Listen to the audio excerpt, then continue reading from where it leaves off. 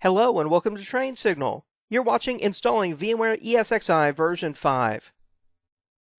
In this lesson, we'll start off with the ESXi installation requirements. From there, I'll cover what's new with vSphere 5 related to ESX Server before I show you how to download and install VMware ESXi version 5. After that, we'll perform the ESXi initial configuration, then install the vSphere client and show you how to successfully connect to your new ESXi server. So with that, let's get started. Before I cover the installation requirements for ESXi, I want to quickly take a moment to point out that VMware ESXi is the hypervisor. ESXi is the piece of the vSphere suite that runs directly on your hardware. It runs directly on your physical server, so it is the operating system. You don't install ESXi on top of Windows. ESXi is installed instead of Windows Server. ESXi is what talks directly to your hardware, including your network interface cards or your storage controllers. And because of that, VMware ESXi has very specific hardware requirements, unlike a typical Windows application. And that's, of course, because it's running directly on the hardware, so it needs to be able to talk to every piece of hardware that's inside your physical server. So without further delay, let's cover the ESXi installation requirements. First off, you have to have a 64-bit CPU with either Intel VT or AMD V enabled. Those are specific features of a CPU that are related to virtualization. So relatively new CPUs will have these features built in, but you still need to double check because there could be some CPUs out there that may be being sold that don't offer Intel VT or AMD V. Also, because of the 64-bit CPU requirements, you need to check your physical servers because older servers that have 32-bit CPUs aren't going to be compatible with ESXi. You need to have at least 2098 megabytes of RAM available on the physical server to run ESXi. That's the absolute minimum, but in the real world, you'll have more like 8 gigabytes or more because keep in mind, this is the RAM that you're going to be virtualizing your servers in. You're going to be performing, let's say, a physical to virtual consolidation and consolidating all of your physical servers, or as many as you can, into this VMware ESXi host. So it's going to need a lot of RAM, but you won't need those physical servers anymore. Let's say if you're doing server consolidation or desktop virtualization, so you're able to get rid of other pieces of physical hardware. But in the case of your ESXi hosts, they're going to be some of the most powerful servers, let's say, that are running in your data center. And because you're consolidating so much on them, you'll want them to have as much physical RAM as possible. Also, you'll need either a 1 gig Ethernet or a 10 gig Ethernet controller on your physical server. 10 gig Ethernet is becoming more and more common in larger data centers, but a 1 gig Ethernet interface is going to work just fine, and those have become standard equipment on all physical servers being produced today. Moving on, new in vSphere 5, there is support for booting ESXi hosts from the Unified Extensible Firmware Interface, or the UEFI. With UEFI, you can boot systems from hard drives, from CD-ROM drives, or even from USB media. This is a brand new feature in vSphere 5, and a feature that may be beneficial to you. Also, ESXi servers can boot from disks larger than 2 terabyte, provided that the system firmware and the firmware on any add-in card that you're using supports it. Now, because ESXi runs directly on the hardware, it has very specific hardware requirements. Before you purchase hardware to run ESXi server on, you should go and check out VMware's hardware compatibility list, or what they call the HCG, the Hardware Compatibility Guide. The URL for that is vmware.com/go/HCL. Let's go check it out. So up here in the address bar, I'll just enter that URL, vmware.com/go/HCL, and that'll take me to the VMware Compatibility Guide. And if we scroll down, the first thing that we should consider here is, what are we looking for? So by default, it's systems. So systems would be the physical servers that we're going to install ESXi on. We could also be looking for I/O devices. So I/O devices would be like storage area network controllers, let's say like Fiber Channel, HBAs, or iSCSI, hardware-based initiators. Then you've got storage and SAN, you've got host and guest requirements, and then even requirements specific to VMware View. So let's say that we are considering all versions of ESX here. We want to know which servers come from HP.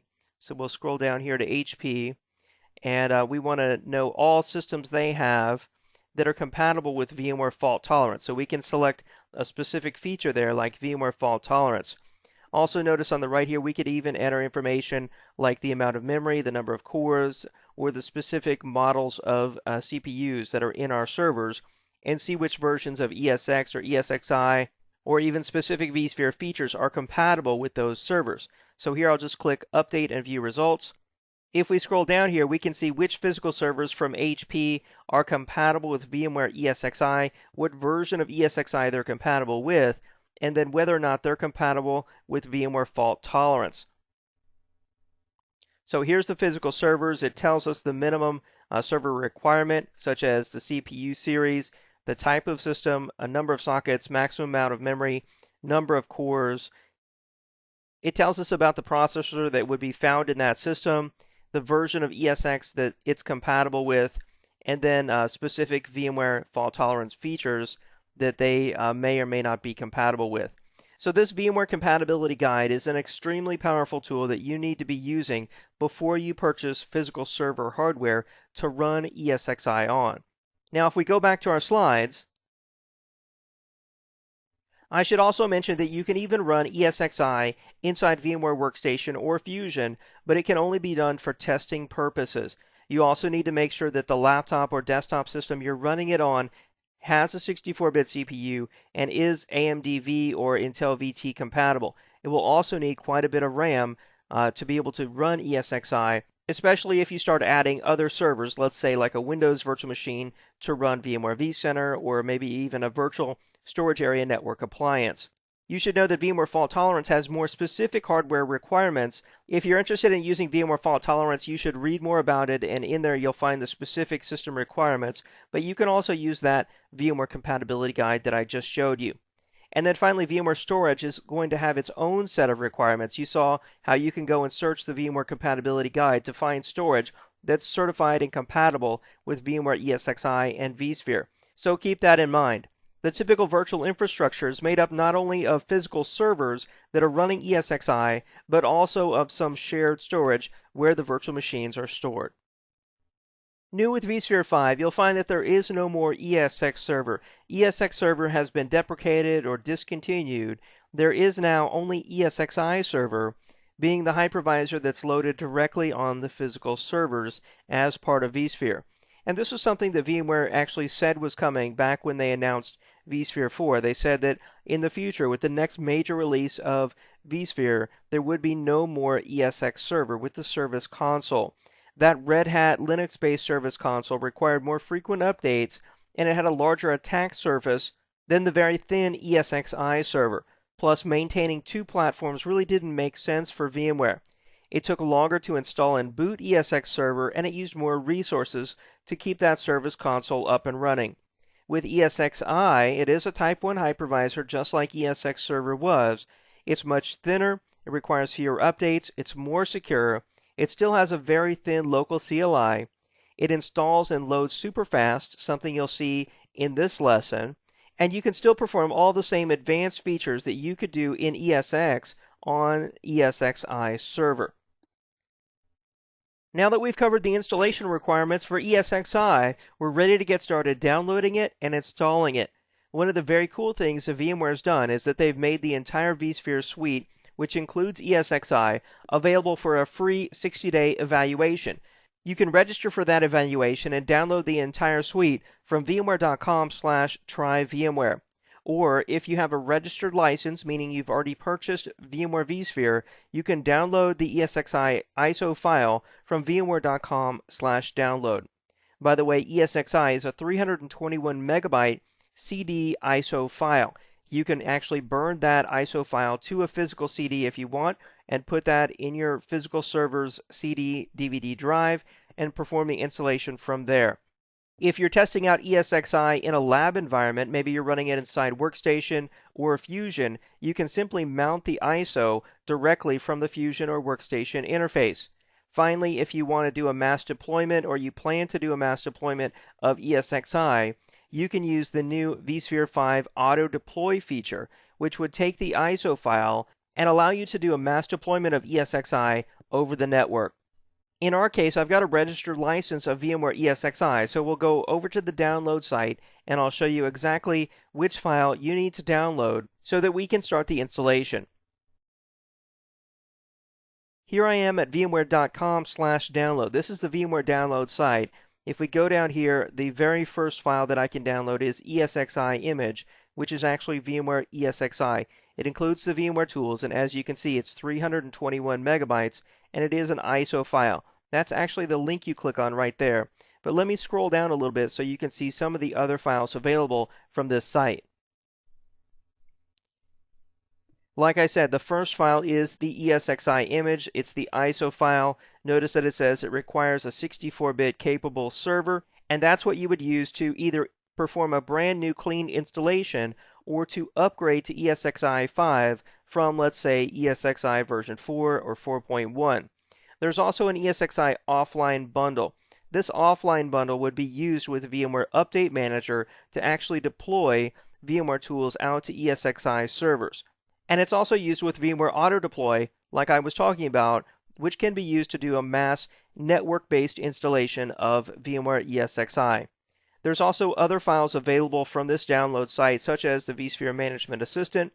That's a Linux-based virtual appliance that's used to manage your ESXi servers.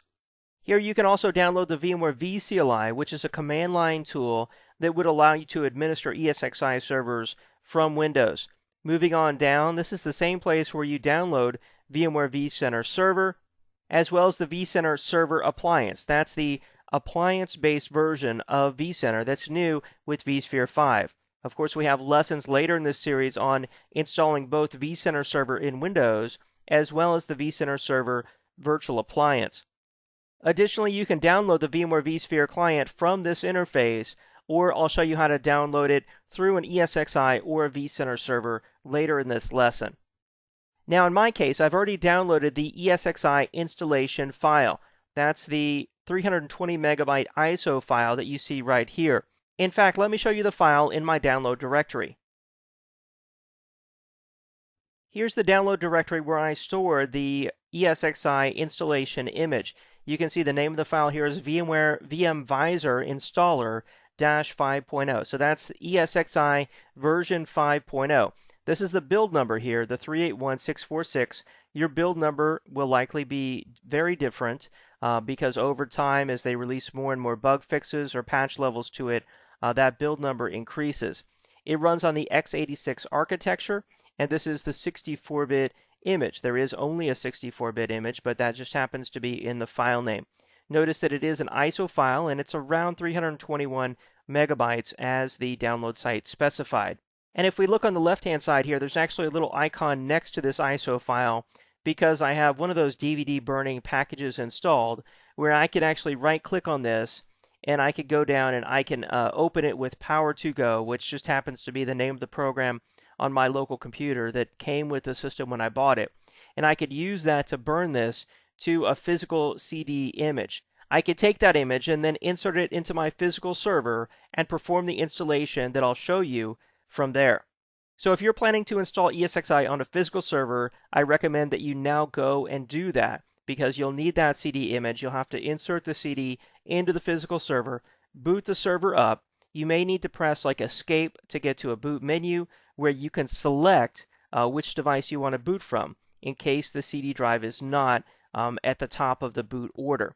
So you would want to boot from the CD drive, and then you can start the installation that I'll show you here in just a second from there.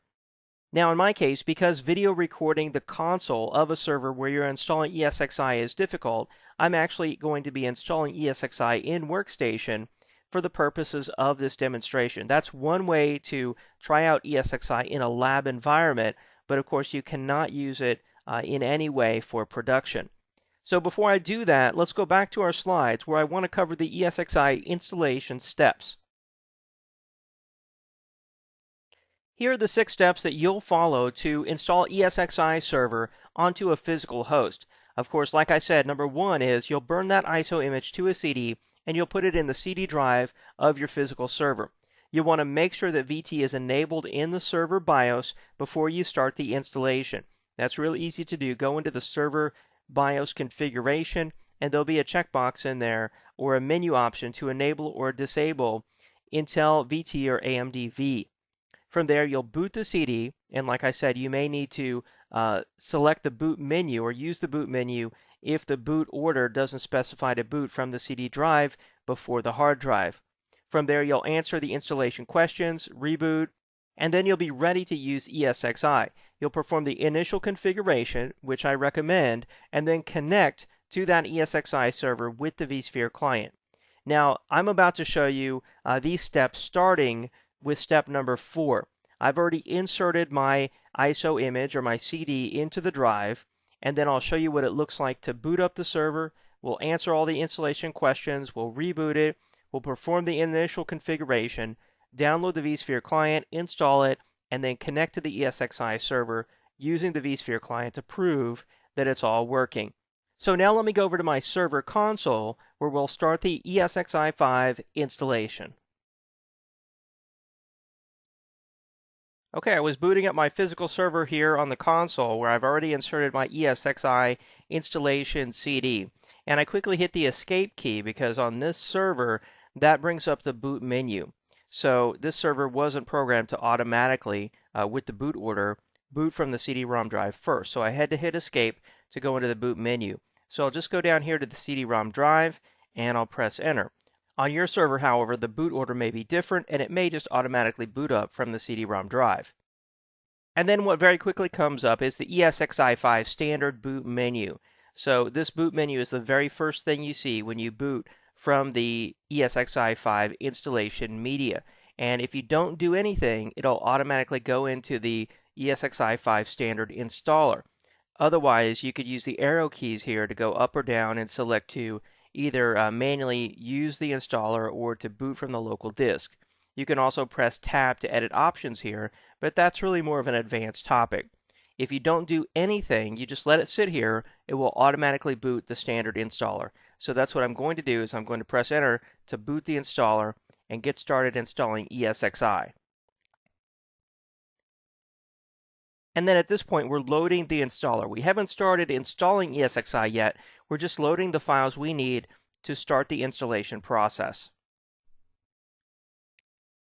And now we get to see something that looks more like the ESXi console. You see here it says VMware ESXi 5.0, VM kernel release. There's the build number, tells us about our CPU platform and the amount of memory that this physical server has. If this is a physical server, right there where it says VMware Inc., VMware Virtualization Platform, you would see the name of the physical server. So it'd be like Dell, HP, IBM, or whatever brand name server you have. And now it says, welcome to the VMware ESXi 5.0 installation. It says that ESXi installs on most systems, but only systems that are on VMware's compatibility guide are supported by VMware. It references the VMware compatibility guide there that we've already been to, and here we can just press enter to start the installation process. After we accept the end user license agreement, it scans for available devices, these are actually our hard drives, to install ESXi on. At this point, the installer has found a local volume, a local disk for us to install ESXi on. Your local disk is going to look slightly different from this. You could have a local SATA disk, a SCSI disk, and you could even have a remote disk. You see on the line below that where it says remote none, you could actually have a remote disk. Let's say if you're using a fiber channel or an iSCSI hardware initiator and you're connecting to a remote SAN volume to install ESXi on. In most cases, it'll be a local volume, but it won't be a VMware branded volume. It'll be the brand of hard drive that you're using on your physical server. We could hit F1 here to get some information about the hard drive. Let's say we have multiple local volumes and we're not sure which volume to install ESXi on. This might give us some more specific information about the LUN and target ID numbers, as well as if any VMFS volumes are already stored on that local disk. You don't want to accidentally overwrite an existing VMFS volume. I'll just hit enter here, and then I'll just hit enter to take the default and install ESXi on my only local volume that's available. We're asked to select a keyboard layout. In my case, being in the United States, I'll just take the default keyboard layout. That's going to work quite well. And this is actually something new in the installation process of ESXi 5. Here it asks for a root password. We have to specify the root password at installation time. Previously with ESXi 4 and 4.1, once the system was completely installed, you'd log in with a blank password, and then you could change the password from there. So in our case, I'll just type in my root password, and then I actually have to press the down arrow key here. Strangely enough, the tab key doesn't work. It tells me that the root passwords match, and then I can hit enter to go to the next step. And here we have one final warning before we officially start the installation of ESXi 5. It's telling us that the hard drive we selected ESXi to be installed on will be repartitioned and wiped clean. That's great. We already checked out that disk and we know that's where we want to install ESXi. You may or may not get this hardware virtualization warning. In my case, it hasn't been a problem and I can just ignore it. So all we need to do is to press F11 to start installing ESXi. While the installation of ESXi is very quick, I'm talking just a few minutes, I'm going to pause the video recording and I'll be right back as soon as the installation has completed. As you can see, the installation of ESX5 has been successful. It says that ESXi will operate in evaluation mode for 60 days by default. That means that you don't have to actually license it for up to 60 days. But after that time, VMware ESXi will cease to function unless you register and purchase a VMware product license. It tells us to administer our new ESXi server, we can use the vSphere client or the Direct Console User Interface, or the DCUI. That's what we'll be using to perform the initial configuration of our ESXi server. We need to remove the installation disk before we reboot our physical server, if the boot order would automatically boot that CD-ROM drive before the hard drive. And now it tells us we can press enter to reboot the server and start our brand new fresh install of ESXi Server 5.0. After a quick reboot, ESXi is now booting from the hard drive. This will take just a second here and we'll have our new ESXi server up and running. Alright, the new ESXi server has successfully booted, and you can see here it says that you can download tools and manage this host from, and it gives you the IP address. In this case, it received it via DHCP and it's 10.0.1.14. On the bottom left of the screen there, you can see you can press F2 to customize the system or view logs, or press F12 to shut down or reboot the server. Let's go ahead and go back to our slides now and let's review the installation tasks that we need to perform. With step number 4 completed to perform the ESXi install and reboot the server, we can now move on to step number 5, which is to perform the initial configuration before we connect to the server using the vSphere client. While none of these initial configuration steps are absolutely required just to create a new virtual machine and power on that virtual machine, I highly recommend you perform these steps to ensure that you don't run into problems down the line.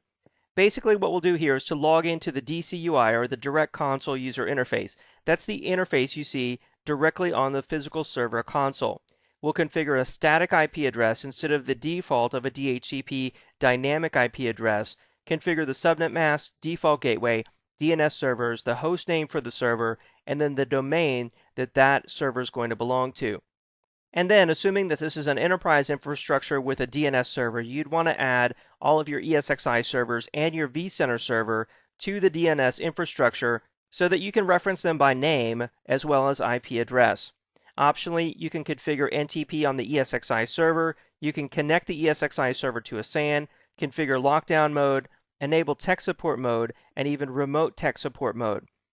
The optional steps there listed in number 5 are all things that we'll be performing throughout the course in future lessons. In this lesson, I'll log into the ESXi server, configure the static IP address, and then I'll show you how to enable a couple of things like tech support mode and remote tech support mode that can be used in future lessons, where I'll show you how to configure an ESXi server from the command line. Here on the Direct Console User Interface of this server, I'm just going to press F2 to log in. It says that authentication is required. And here, new in ESXi Server 5, of course, the root password was configured at the installation time. So I'll enter that password instead of just pressing enter like I would have with a brand new installation of ESXi Server 4.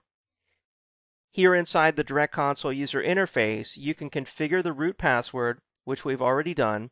You can configure the management network, which is where I'll go in just a second and configure a static IP address and give the server a host name.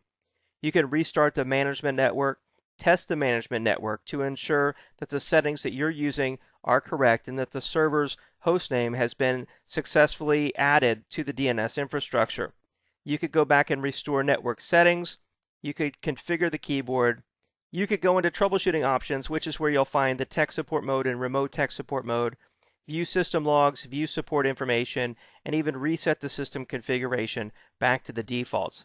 In our case, the main thing I want to do here is to go in and configure the management network. So what I'm doing here is using the arrow keys to go up and down and then pressing enter when I find a menu selection I want to use.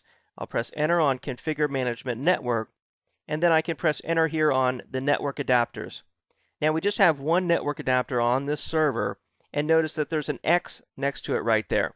That tells us that that network adapter is enabled to be used by this server. You can also see the status there that it's connected. That means it has a physical network link. So that link light on the back of the server, the ESXi host is talking to the network adapter and it knows that it has a network link back to the switch. I'll press escape to go back one level here.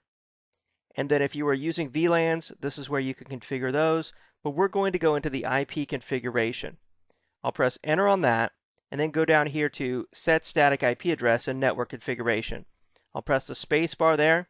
I'll use the arrow key and go down. And here I'll configure a static IP address. This is going to be ESX server number 3 in my infrastructure. So I'm going to change that to 10.0.1.13. That'll actually be the static IP address. This subnet mask and this default gateway work just fine in my infrastructure. I'll press enter here. And notice how we changed the IP address on the right-hand side. And now it says it's using a manual IP configuration. I'll go down to the DNS configuration, and the primary DNS server in my case is going to be 10.0.1.20, and then I want to set a host name for this server. It's going to be esx3.wiredbraincoffee.com. Alright, so we changed the host name, we changed the domain. Let's double check the custom DNS suffix. Again, this should match your domain. In our case, it's wiredbraincoffee.com.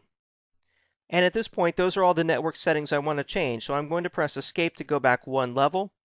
And here it gives us the option to apply the changes and restart the management network. If you say no, the changes that you made won't be applied. So you really need to say yes here. But that also means that the management network for this server is going to be restarted. So this isn't something you want to do on a live production server. Of course, in our case, this is a brand new server. So it really doesn't matter. There's no end users, nothing going on here. I'll say yes with a Y, and it brings us back to the main menu. And here we can see the host name change has been made. It's ESX3. There's the IP address, and we should be in business. We can go down here and we can also test the management network. If I press enter, it's going to do a ping of the default gateway, the DNS server, and then it's going to attempt to resolve its own host name. That's a great test to perform if you're having any network problems with an ESXi server, assuming you can get access to the Direct Console user interface on the server. If I press escape there, we can go on down, and here we can go into troubleshooting options. This is where we can enable the ESXi shell. The ESXi shell is really the tech support mode, and really what it is a command line interface on the physical server console. That's tech support mode, or the ESXi shell. And then we can also enable SSH, which is called remote tech support mode.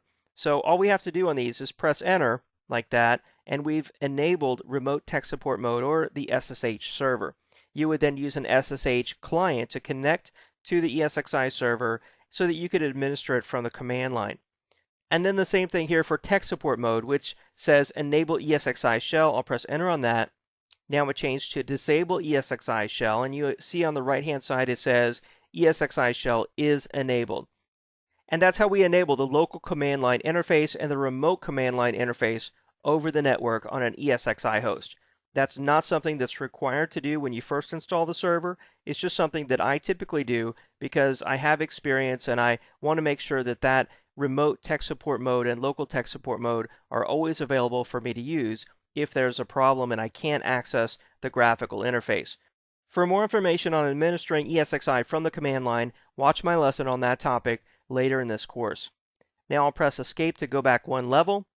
I'll press Escape to go back one level again and actually log out of the server. And now notice the difference here. It says you can download tools to manage this host from http://esx3 or 10.0.1.13, which is the newly configured static IP address for our ESXi server. And that's actually what we're going to use to download the vSphere client so that we can manage this new ESXi server with the graphical interface. Back here at our slides, we went through step number 1 where we logged in with F2 and the root password. We configured our static IP address and other network-related settings.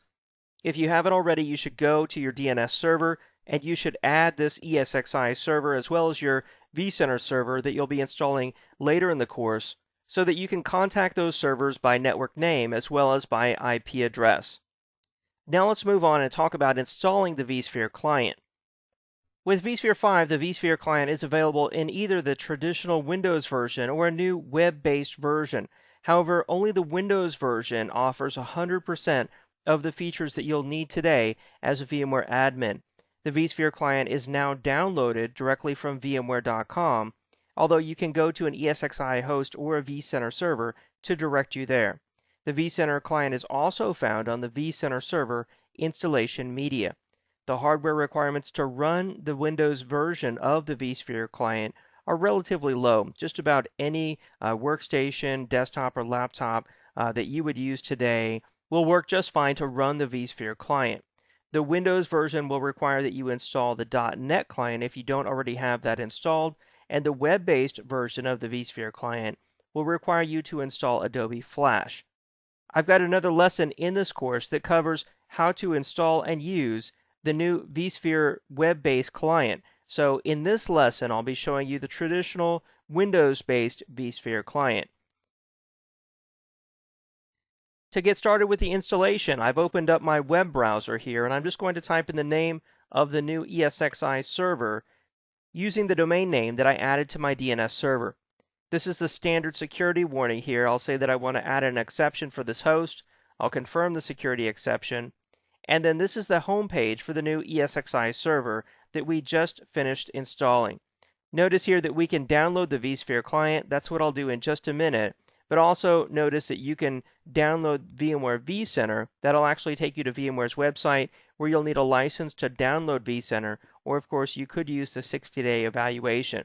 Here you'll also find a link to the VMware documentation. You can download the VMA virtual appliance or the Windows-based VMware command line interface. You can browse the data store that's locally on this ESXi server through the web or find out information about the web SDKs. Those are the APIs or the programmatic interfaces for VMware ESXi and vSphere. In our case, we'll just download the vSphere client. I'll say that I want to save the file. With the download complete, I'll double-click the installation file. And now it asks us to select a language for the installation. In my case, I'm just going to select English here in the United States and say OK. And then this starts the vSphere client installation process.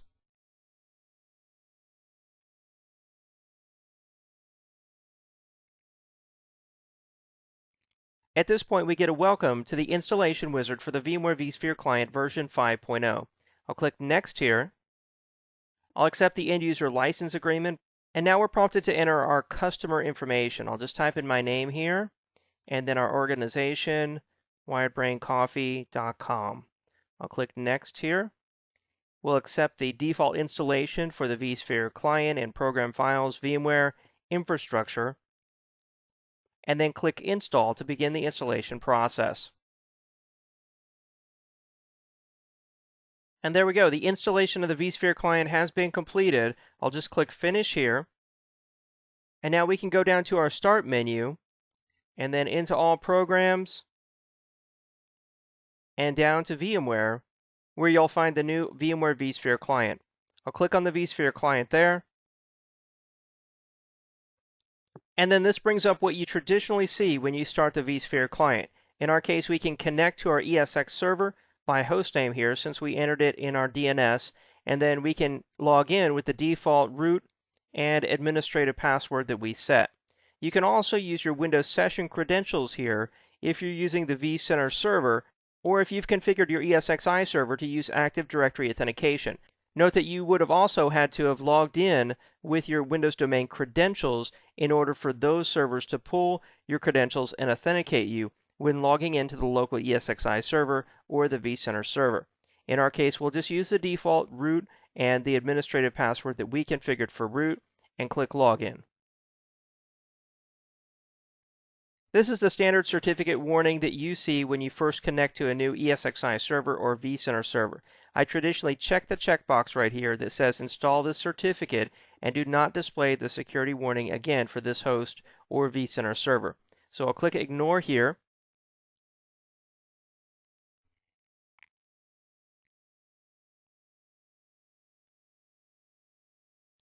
And here we've successfully connected to our new ESXi server. Many people start at the home screen inside the vSphere client. If we go to the home screen right here, you can see when you directly connect to an ESXi server, you have a very limited set of icons on the home screen. There's just a few things you can do. You can go into the host and virtual machines inventory.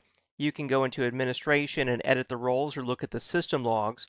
And then if you have any applications that may have been installed for the vSphere client, those would be down here. However, by default, you won't have any applications. So this VMware Data Recovery icon just won't be there. You'll just have the three icons up here. But most people spend their time in the host and virtual machines inventory. So when you directly connect to an ESXi server, at the top here, you'll have that server, and then below that, you'll have the virtual machines that you've created on that server. On the Summary tab for the server here, you'll have information about the brand or the manufacturer of the server, the model of the server, the number of CPUs, the processor type, the status of the vSphere license, number of processor sockets and cores, number of network interface cards, virtual machines, and templates that have been created on that server, and then any vSphere features that have been enabled as well. On the right-hand side, you get a quick summary about the resource status on that server, information about CPU and memory utilization, information about data store capacity and available free space on the data stores that are connected, and then information about the virtual networks that have been connected or created. So this summary tab gives you a quick overview of what's going on this particular ESXi host. Across the top here, you get information about the version of ESXi that's been installed with the build number. And then, of course, you can see here that we're being alerted that this is still in evaluation mode with 60 days remaining in that evaluation. Now, if you just had a single ESXi server, you could actually use the free license, which would give you a limited set of features, but you could use that free license indefinitely. However, most people are going to go and purchase a license for vSphere so they can take advantage of advanced features. Those licenses could be entered directly on the ESXi server inside the configuration tab here, but I would say that 90% or more of most businesses out there are using vCenter, and that's their central license repository. So all licenses are stored on the vCenter server, and then whatever ESXi hosts are added or removed from the virtual infrastructure, vCenter is responsible for assigning a license to those particular servers. If we go across the tabs here on the top, you can see there's a tab for any virtual machines that we create. Here we could see the name, status, and utilization of those particular virtual machines. We could take a look at resource allocation here if we're using resource pools. We could look at performance reports, information about CPU, network, storage, and disk. We could go into the configuration tab, and honestly, this is where most people spend their time. They're either going in here to configure something specific, they're over on the summary tab, or they're over here in the virtual machine inventory where they might go and right click and create a new virtual machine, shut down a host, restart a virtual machine, or go to the console of a particular virtual machine. So in this configuration tab, you have hardware configurations and software configurations that can be performed. You can go in and configure the networking for this particular ESXi host, configure storage adapters so that you could connect, let's say, to an NFS or an iSCSI SAN. You could go down here and add a license for this particular ESXi server. You could configure the network time protocol or NTP on this server to ensure that the date and time are always correct. That was one of my optional but highly recommended steps that you perform on each ESXi server. You can check out the DNS and routing configuration here and so forth. Also of importance is the recent task window down on the bottom here, which can be hidden by clicking on task right there. This recent task window will show you anything that's happening right now on this particular ESXi server or anything that has recently happened.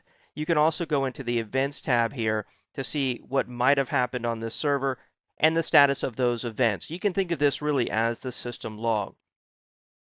So in summary, that's the vSphere client. We successfully installed our ESXi server, configured it, downloaded the vSphere client, installed the vSphere client, and connected to our new ESXi server.